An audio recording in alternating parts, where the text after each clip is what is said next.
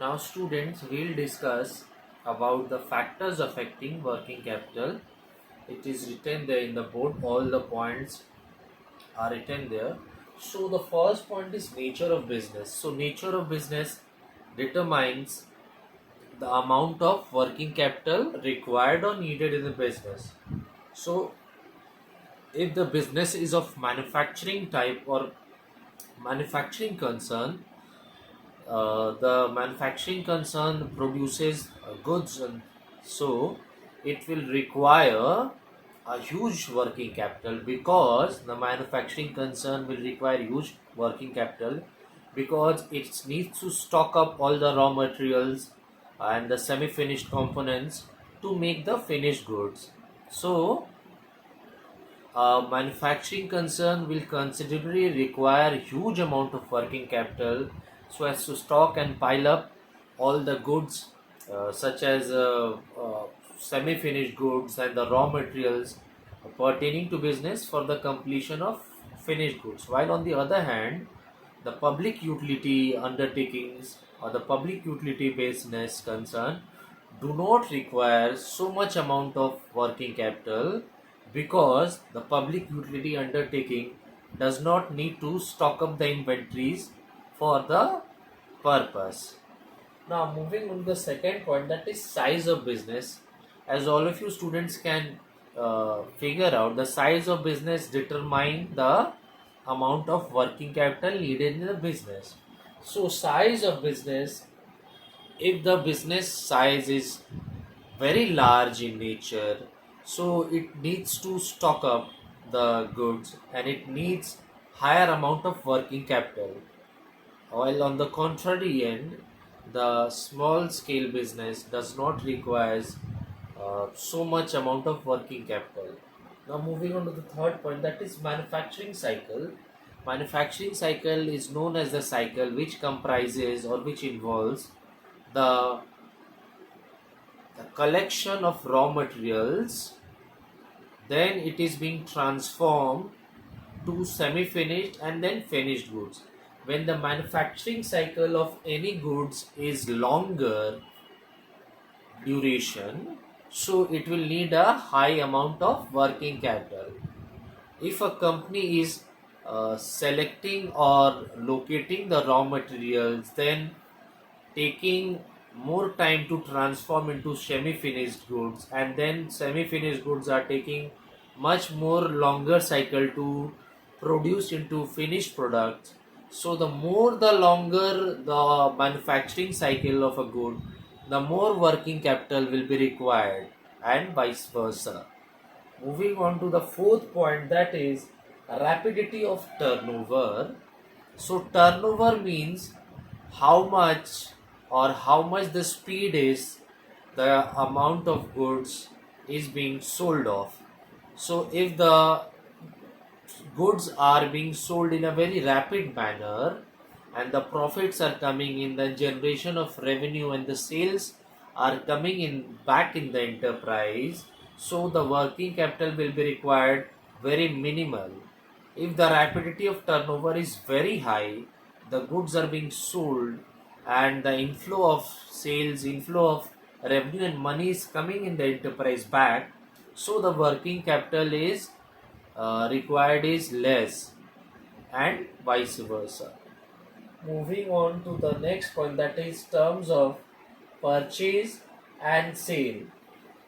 If a company has two types of policies, if a company is purchasing goods and services, listen to me carefully, terms of purchase and sale. If a company is purchasing goods and services on credit basis and selling those goods on cash basis, so then the company will require less amount of working capital. While on the other hand, if the company is purchasing goods and services on cash basis and selling those goods and services on credit basis, then the company will require to maintain a high amount of working capital.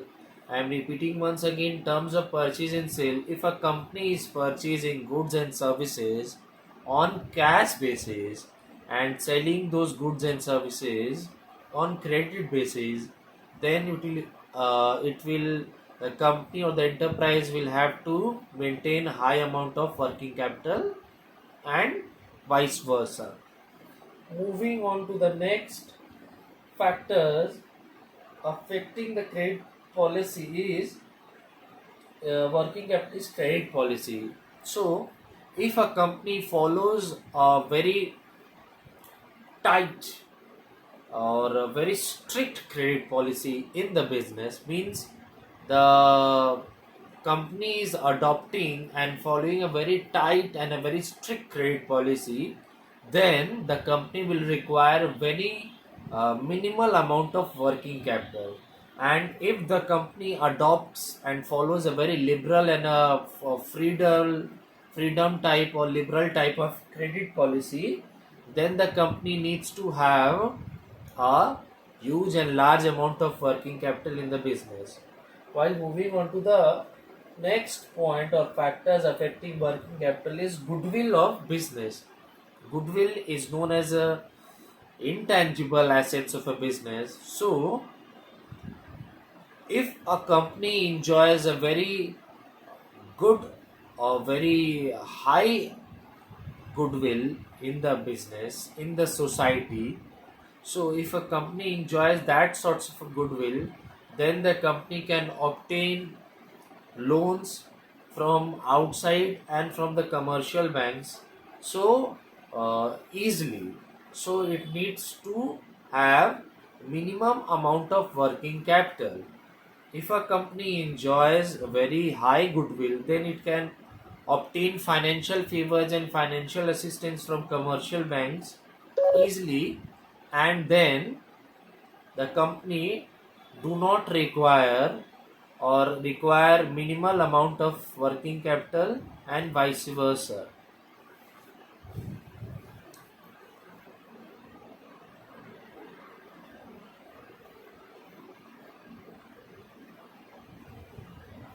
Now moving on to the next, that is growth and expansion plans.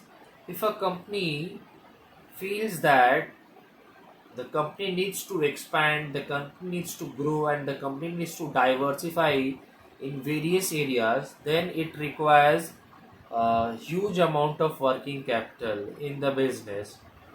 While moving on to the ninth point, that is seasonal variations, the company needs to have a huge amount of working capital if it is depending on seasonal variations, because they need to stock up all the goods and materials during a particular season. That's why they need a huge amount of working capital. Next point is cyclical fluctuation. During cyclical fluctuations in a business, there are different cyclical fluctuation in trade cycles and market cycles, such as boom or bullish and downswing, or we call it bearish. If there is boom period, then there is a need of stocking up your minimal amount of working capital, and in the bearish they need to maintain a high amount of working capital. Now moving on to the next one, that is operating efficiency. Operating efficiency means when the company operates the when the company operates the organization in a very good manner, then it requires a minimal amount of working capital. Otherwise, if the company do not operates in a good manner, if the company depletes the resources, or it leads to wastage of time, money, effort, resources, etc., then there is a need to maintain high working capital. And if a company operates in a better, smooth, and optimal, feasible and viable usage of resources, time, money, etc., then there is a need of maintaining a very less amount of working capital, and vice versa. So all the students, if you have the books, do refer the book, listen to the audio clips which I will send, and watch the entire video so as to grab the concept of all the things related to chapter 2. And if you have any doubts regarding the same, then you can text me in WhatsApp, and I'll definitely resolve your doubts.